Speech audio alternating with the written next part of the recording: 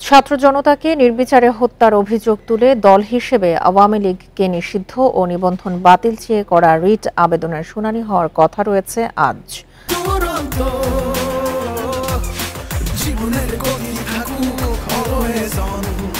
এর আগে গত বৃহস্পতিবার বিচারপতি AKM আসাদুজ্জামানের নেতৃত্বাধীন হাইকোর্ট বেঞ্চ শুনানির জন্য আজকের দিন নির্ধারণ করেন।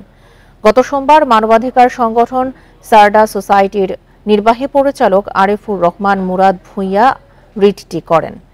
প্রাথমিক শুনানির পর পরবর্তী শুনানির জন্য গত 22 আগস্ট বৃহস্পতিবার দিন ঠিক করে আদালত। রিটে যেসব প্রতিষ্ঠান সাবেক প্রধানমন্ত্রী শেখ হাসিনার নামে রয়েছে সেগুলোর নাম পরিবর্তনের দাবি জানানো হয়।